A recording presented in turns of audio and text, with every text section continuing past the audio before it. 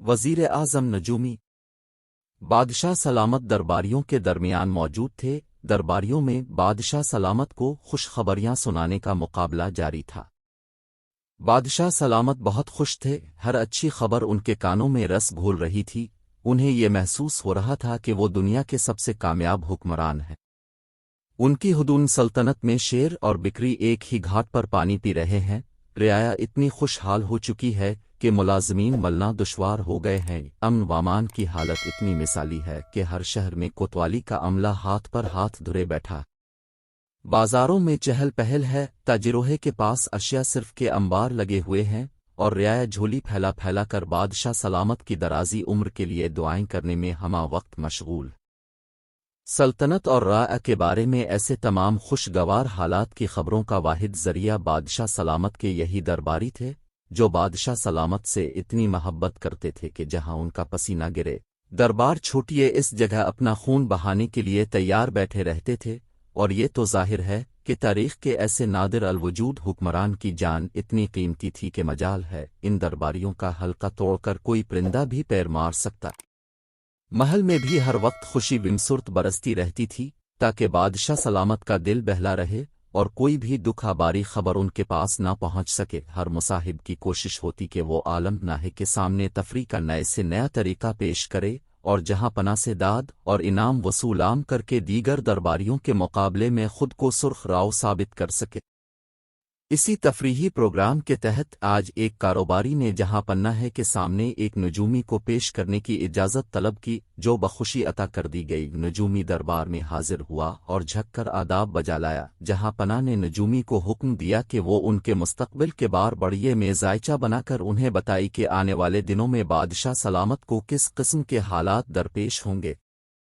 نجومی نے جھک کر سر خم کیا اور دربار کے ایک کونے میں بیٹھ کر ذائچہ تیار کرنے میں مشغول ہو گیا۔ جہاں پناہ اس دوران دوسری تفریحات سے اپنا دل بہلانے میں مصروف ہو گئے۔ تھوڑی دیر بعد نجومی ذائچہ تیار کر کے فارغ ہوا اور جہاں پناہ سے جان کی امان طلب کرنے کے بعد چند پیشگو آہے کرنے کی اجازت چاہی۔ جہاں پناہ نے فیاضی کا مظاہرہ کرتے ہوئے جان کی امان اور پیشگوئیاں کرنے کی اجازت نجومی کو عطا فرما دی۔ نجومی نے محتاط انداز میں چاروں جانب نظریں دوڑا کر بادشاہ سلامت کی خدمت میں صرف ایک پیشگوئی عرض کی اور کہا، عالم پناہ، اگر ملک کے حالات ایسے ہی خراب رہے تو چند ہی ہفتوں میں آپ کی رعایا آپ کے خلاف بہت بڑی بغاوت کرنے والی ہے۔ یہ پیش گوئی سن کر پورے دربار میں سناٹا چھا گیا۔ خود بادشاہ سلامت حیران رہ گئے۔ چند لمحوں کے سناٹے کے بعد اچانک چاروں جانب سے ایک شور بلند ہوا۔ درباری تلوار نکال کر نجومی کی جانب لپکے۔ چاروں طرف سے دوڑو پکڑو کا ایک شور بلند ہو، لیکن بادشاہ سلامت گرجدار آواز میں دوڑتے ہوئے تخت سے الفاٹے کر مصاحبین پر برس پڑے اور حکم دیا کہ نجومی کو اپنی بات مکمل کرنے کا موقع دیا جائے۔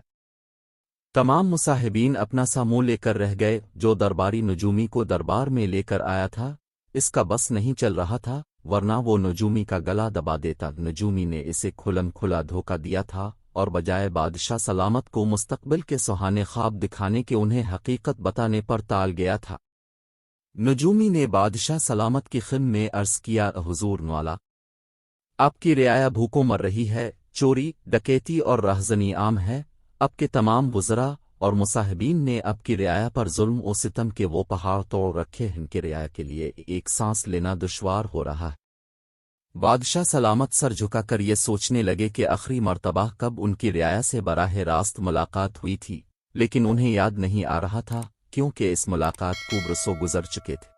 ہاں، یہ ضرور تھا کہ آخری ملاقات کے بعد ہی ان کے مصاحبین نے بادشاہ سلامت کی رعایا میں زبردست مقبولیت کے پیش نظر یہ مشورہ دیا تھا کہ ان کے مخالفین جہاں پناہ کی عوام میں اس مقبولیت کو برداشت نہیں کر سکیں گے، اور وہ سازش کر کے جہاں پناہ کی زندگی کو ختم کرنے کی کوشش بھی کر سکتے ہیں۔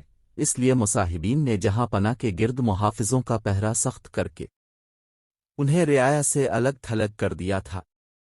وہ دن تھا اور آج کا دن جہاں پناہ نے اپنی رعایا کا حال ان کے اپنے انہی مخلص مصاحبین کی زبانی معلوم ہوتا رہتا تھا، اور جہاں پناہ مطمئن تھے کہ ان کی سلطنت میں دودھ وشہد کی نہریں بہہ رہی ہیں۔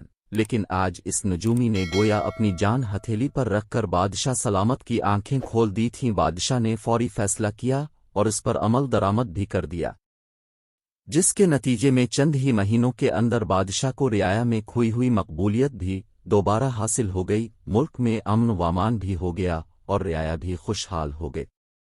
بادشاہ نے یہ کیا کہ نجومی کو فوری طور پر اس نے وزارت عظما کا عہد ہے سونپ کر تمام مصاحبین کو فی فور برطرف کرنے کا حکم جاری کر دیا، کیونکہ وہ جانتا تھا کہ جو شخص بھرے دربار میں اپنی جان کا خطرہ مول لے کر اسے حقائق سے آگاہ کر سکتا ہے تو وہ شخص یقیناً اپنے ملک کے عوام اور خود بادشاہ کا کتنا بڑا خیر خواہ ثابت ہو سکتا ہے، اور نیا وزیر اعظم ایسا ہی ثابت ہوا۔